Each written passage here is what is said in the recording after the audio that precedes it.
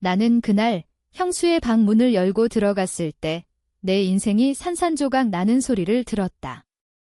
그녀의 노트북 화면에 떠있는 영상 속에서 내가 샤워하는 모습이 고스란히 담겨 있었다. 숨겨진 카메라로 찍힌 알몸의 나우. 그 순간 나는 분노로 손을 떨며 그녀를 향해 소리쳤다. 이 미친년아, 내가 왜 나를 찍는 거야? 하지만 그녀는 차갑게 웃으며 대답했다. 이게 내 형이 원한 거야. 동생아. 그 말에 내 심장이 멎는 듯 했다. 형은 이미 세상에 없는데 어떻게? 나는 그 자리에서 그녀를 밀치고 노트북을 바닥에 내동댕이 쳤지만 이미 늦었다. 그 영상은 이미 어딘가로 전송된 후였다. 형수가 우리 집에 들어온 건 작년 가을 서울의 명문대 대학원 입학을 이유로였다. 형이 교통사고로 세상을 떠난 지 겨우 반년 만에 그녀는 갑자기 우리 부모님께 부탁했다. 시댁 근처에 살고 싶어요. 대학 통학이 편할 테고 가족처럼 지낼 수 있잖아요. 부모님은 눈물을 글썽이며 받아들였다. 형수의 고향은 부산이었고 서울 생활이 낯설 테니 당연한 일이라고 생각했다. 나도 처음엔 반대하지 않았다. 25살, 대학을 졸업하고 취업 준비 중인 나로선 집에 한 명 더 사는 게 큰 문제는 아니었다. 오히려 형의 유품을 챙기며 울던 그녀의 모습이 안쓰러웠다. 하지만 곧 이상한 점이 보이기 시작했다. 그녀는 매일 아침 일찍 나가서 늦게 들어왔지만 대학 수업에 대해선 한마디도 하지 않았다. 대신 집 안 곳곳에서 그녀의 시선이 느껴졌다. 내가 방에 들어갈 때마다 복도에서 서성거리는 소리, 부엌에서 요리할 때 뒤에서 지켜보는 눈빛. 처음엔 착각인가 싶었다. 형수가 아직 슬픔에서 헤어나지 못해 그런가 했다. 그런데 어느 날 내 방 서랍 속에 있던 오래된 일기장이 살짝 움직여 있는 걸 발견했다. 누가 건드린 트레이스가 분명했다. 형수님, 제 물건 만지셨어요? 물었더니 그녀는 태연하게 웃으며 청소하다가 실수로 라고 대답했다. 그 웃음이 소름 끼쳤다. 내 마음속에서 의심이 싹트기 시작했다. 형과 그녀의 결혼 생활은 완벽해 보였지만 사실 나는 형의 고백을 들은 적이 있다. 사고 직전, 형은 술에 취해 나에게 털어놨다. 수연이가 나를 속이고 있어? 돈 때문에 결혼한 것 같아. 그때 나는 웃어넘겼다. 형의 과민 반응이라고 생각했다. 하지만 이제 보니 그 말이 사실일지도 모른다는 생각이 들었다. 그녀가 왜 우리 집에 들어온 걸까? 대학은 핑계고 뭔가 다른 목적이 있는 건 아닐까? 밤마다 잠이 오지 않았다. 내 방 천장을 바라보며 그녀의 발소리를 듣고 있노라면 가슴이 조여왔다. 어느 주말 부모님이 시골 친척 집에 가신 날이었다. 집에 나와 그녀 둘뿐이었다. 나는 일부러 늦게까지 TV를 보며 그녀의 반응을 살폈다. 그녀는 평소처럼 부엌에서 차를 타오더니 내 앞에 놓고는 오빠 생각이 나네 라고 중얼거렸다. 그 말에 나는 속으로 비웃었다. 오빠. 형을 그렇게 부르던 그녀가? 하지만 겉으로는 고맙다고 인사했다. 차를 마시다 보니 졸음이 쏟아졌다. 이상했다.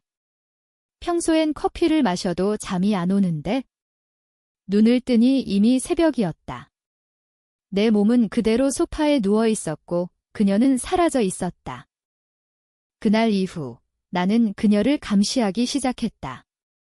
그녀의 방문박에서 귀를 기울였다. 밤늦게 그녀가 누군가와 통화하는 소리가 들렸다. 네, 아직 증거는 없지만. 곧 찾을게요. 누구와? 증거. 내 심장이 쿵쾅거렸다. 다음 날 그녀가 외출한 틈을 타서 그녀의 방을 뒤졌다.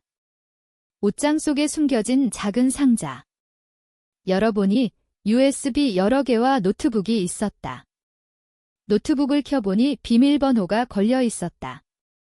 포기할 수 없었다. 형의 생일로 시도해보니 뚫렸다. 화면이 열리자 폴더 하나가 눈에 띄었다. 감시 기록. 그 안에 있던 영상들을 클릭하자 지옥이 펼쳐졌다. 내 방, 화장실, 심지어 거실까지. 숨겨진 카메라로 찍힌 내 일상이 고스란히 담겨 있었다. 내가 공부하는 모습, 친구와 통화하는 내용, 심지어 옷을 갈아입는 장면까지. 구역질이 났다. 왜? 대체 왜 나를? 그때 하나의 파일이 눈에 들어왔다. 형의 유언. 클릭하자 형의 목소리가 흘러나왔다. 수연아, 만약 내가 죽으면 내 동생을 지켜봐. 그 애가 내 보험금을 노릴지도 몰라. 이 보험금? 형의 사고 보험금은 부모님께 갔고 나는 한 푼도 받지 않았다. 이게 무슨 소리야? 분노가 치밀었다. 형수가 문을 열고 들어온 순간 나는 그녀를 노려보았다. 이게 다 뭐야? 형이 왜 이런 소리를? 그녀는 창백해지며 물러섰다. 너 어떻게 알았어? 그 말에 모든 게 분명해졌다. 그녀는 형의 말을 믿고 나를 의심하며 감시한 거였다. 하지만 왜 영상을 찍어? 단순한 감시가 아니었다. 그녀의 눈빛에 공포가 스쳤다. 형이 너를 의심했어. 내가 사고를 일으켰다고. 미친 소리. 나는 형을 사랑했다. 사고는 순수한 불이었다. 그런데 왜? 그날 밤 우리는 대치했다. 그녀는 울며 털어놨다. 형이 죽기 전에 너와 다퉜대. 보험금 때문에. 그래서 나한테 부탁했어. 내가 수상하다면 증거를 모아야. 나는 믿을 수 없었다. 형과 나는 다툰 적이 없다. 오히려 형은 나를 아꼈다. 이건 조작된 거였다. 누가? 그녀일까? 내 마음속에서 새로운 의심이 피어올랐다. 형의 사고, 정말 사고였을까? 형수의 고백 후 집안 분위기는 얼음장처럼 차가워졌다. 부모님은 아직 모르셨다. 나는 그 사실을 숨기며 그녀를 더 깊이 파헤치기로 했다. 매일 아침 그녀가 대학에 간다고 나갈 때 따라다녔다. 지하철에서 멀찌감치 떨어져 그녀의 행적을 쫓았다. 그녀는 대학 캠퍼스에 가지 않았다. 대신 서울 시내의 한 카페로 향했다. 그곳에서 미들에이지드 남자를 만났다. 그들은 밀담을 나누었다. 나는 창밖에서 사진을 찍었다. 누굴까? 형의 지인. 아니면 그녀의 공모자. 집에 돌아와 그녀를 추궁했다. 오늘 카페에서 만난 남자, 누구야? 그녀는 놀라서 입을 다물지 못했다. 너 이날 미행했어. 나는 고개를 끄덕이며 사진을 보여주었다. 그녀는 한숨을 쉬며 털어놓았다. 그 사람은 형의 보험회사 직원이야. 형의 사고를 조사 중이래. 조사? 형의 사고는 이미 종결되었다. 보험금도 지급됐다. 그런데 왜 지금?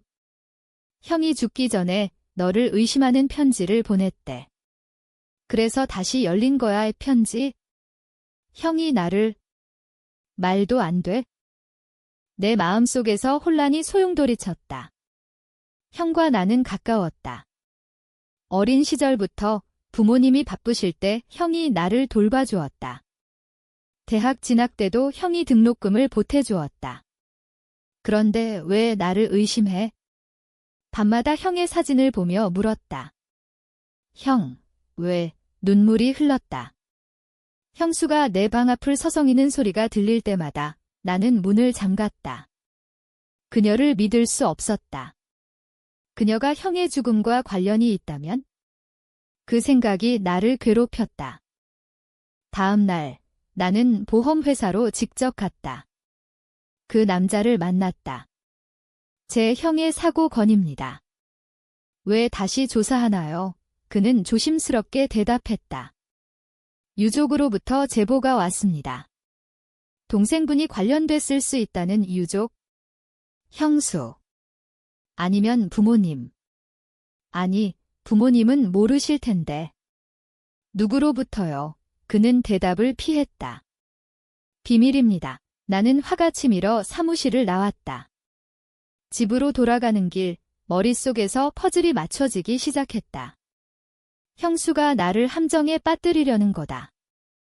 집에 도착하니 그녀가 기다리고 있었다.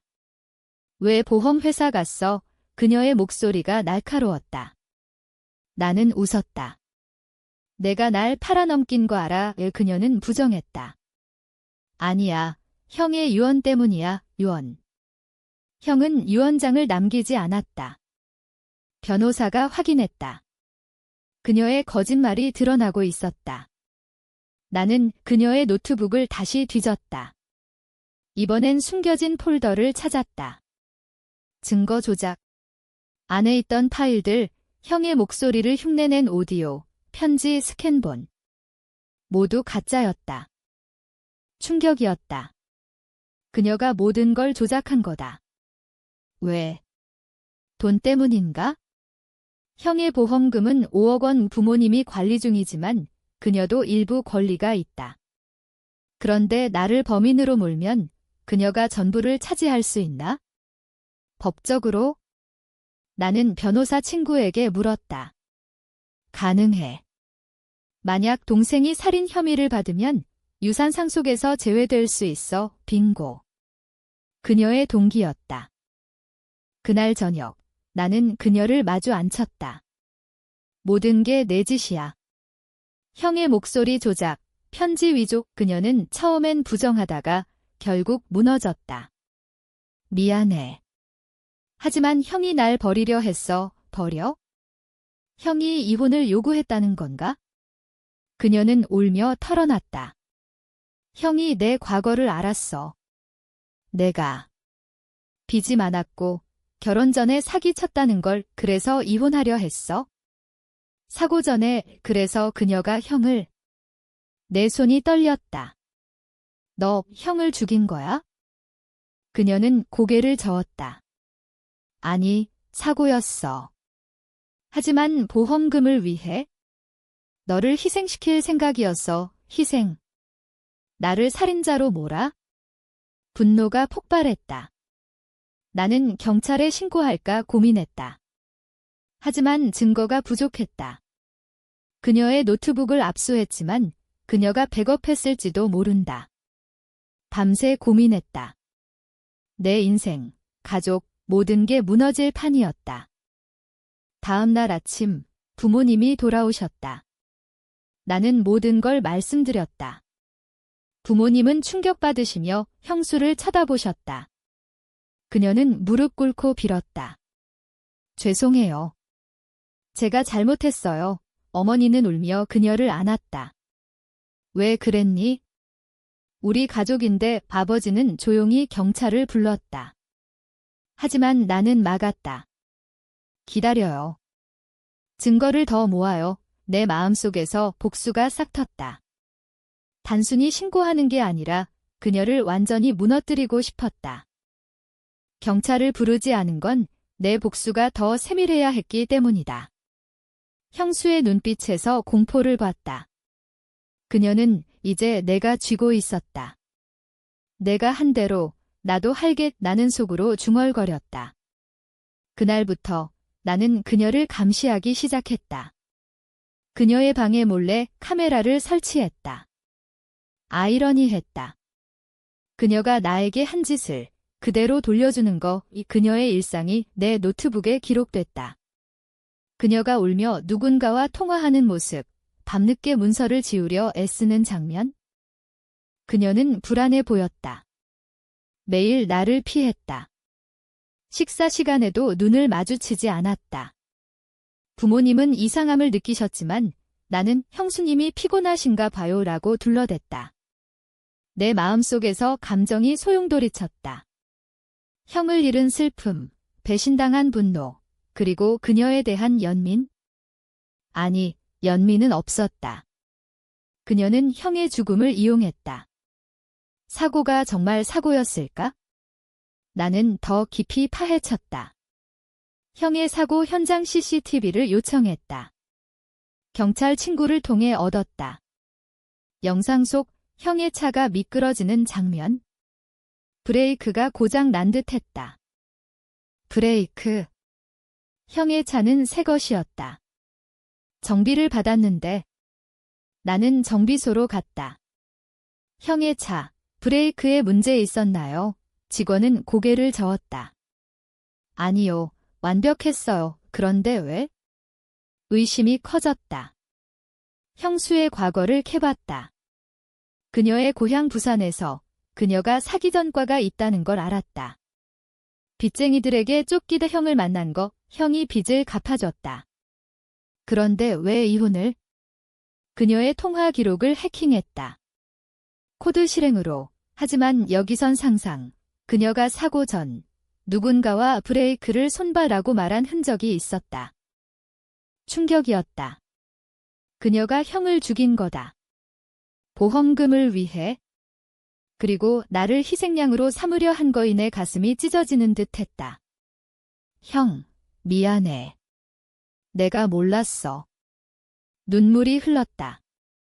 그날 밤 나는 그녀를 불러냈다.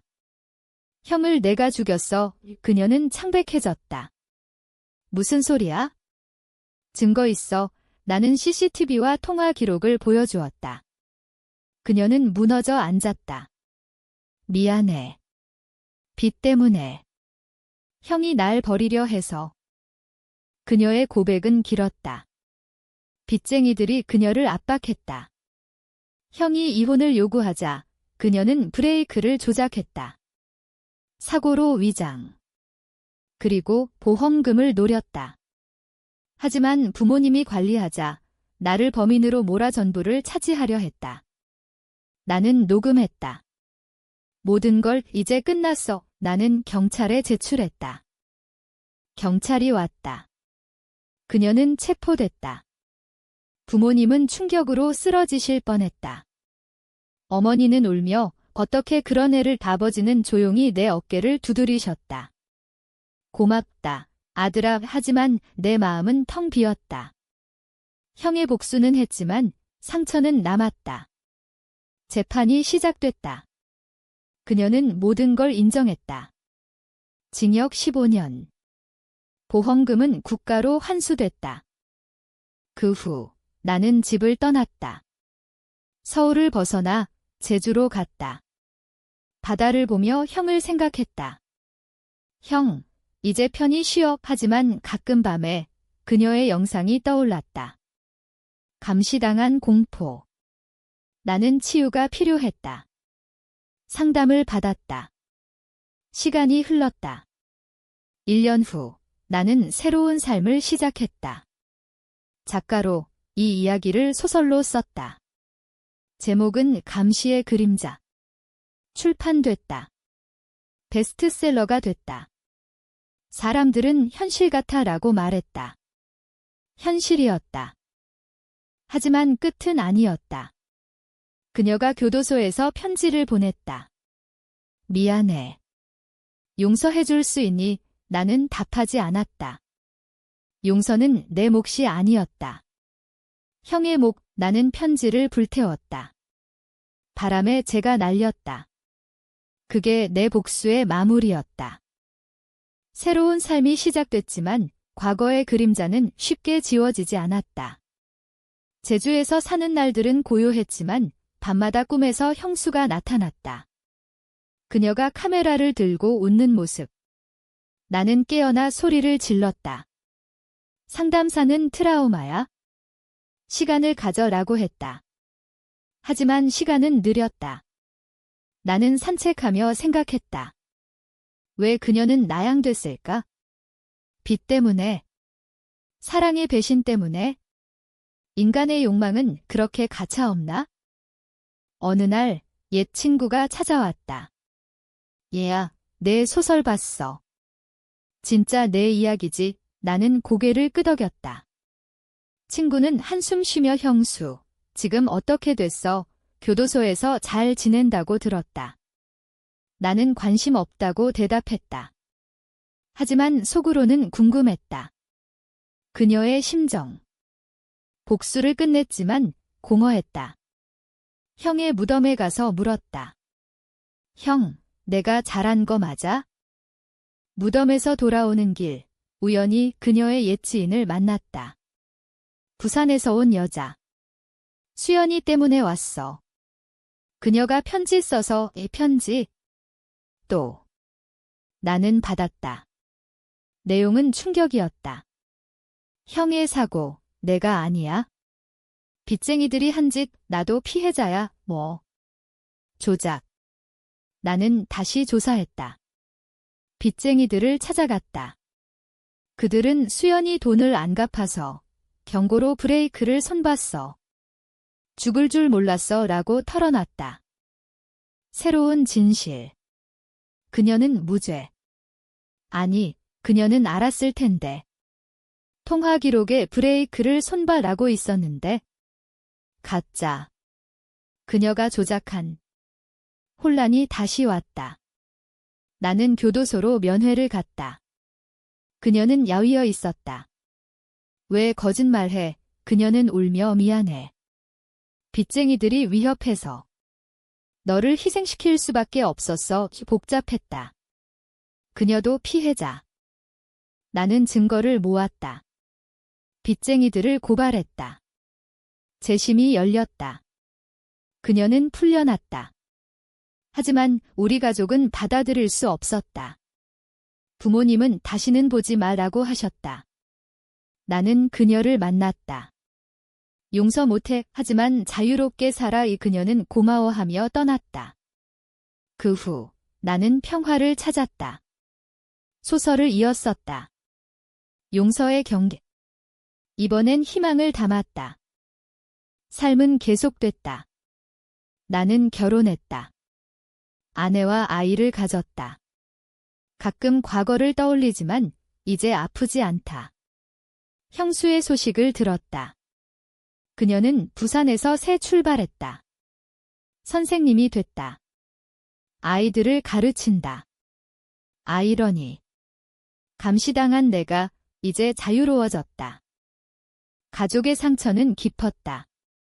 부모님은 형수의 석방 후 건강이 나빠지셨다. 어머니는 우울증, 아버지는 불면. 나는 제주에서 서울로 돌아왔다. 그들을 돌봤다. 아들아, 내 덕에 살았어 라고 하셨다.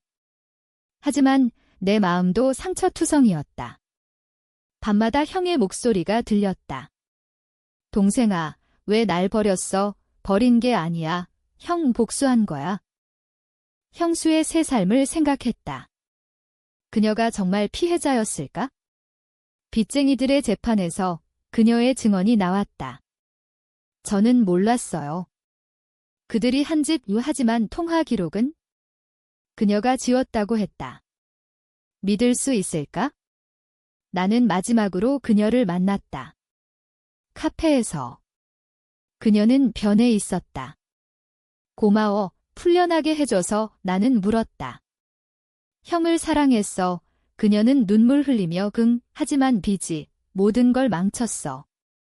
그 대화 후 나는 용서를 시도했다. 완전한 용서는 아니지만 미움을 놓아주기. 부모님께 말씀드렸다. 형수님도 피해자예요. 부모님은 처음엔 화내시다. 결국 받아들이셨다. 그 애도 고통받았겠구나. 가족 모임에서 그녀를 불렀다. 어색했지만 대화가 시작됐다. 눈물과 후회. 시간이 흘렀다. 내 소설 시리즈가 드라마화됐다. 제목 감시와 용서. 시청률이 높았다. 사람들은 현실적이라고 평했다. 나도 그랬다. 삶은 드라마처럼 복잡하다. 형수의 역할은 배우가 연기했다. 그녀를 닮아 소름 끼쳤다. 촬영장에서 그녀가 방문했다. 내 이야기 봤어. 미안해. 우리는 포옹했다. 그게 끝이었다. 이제 나는 행복하다. 아이가 태어났다. 형의 이름을 따서 지었다. 형, 내 덕에 이 하늘을 보며 중얼거렸다. 삶의 교훈, 복수는 끝이 아니야. 용서가 새 시작. 마지막 장면처럼 삶은 계속된다. 드라마 방영 후 나는 인터뷰를 했다. 이 이야기는 제 경험입니다. 배신과 용서에 대해 기자들은 충격받았다. 형수가 실존하나요? 나는 웃으며 네, 하지만 이제 가족입니다. 그녀는 이제 우리와 가끔 만난다. 아이를 안아주며 웃는다. 과거의 상처는 흉터로 남았지만 아프지 않다. 형의 기일에 우리는 함께 무덤에 갔다. 형, 우리 모두 용서했어. 바람이 불었다. 그게 의미였다. 복수에서 용서로. 가시밭길이었지만 도착한 곳은 평화. 나는 소설을 마쳤다. 마지막 문장, 감시는 끝났다. 이제 빛이 비춘다.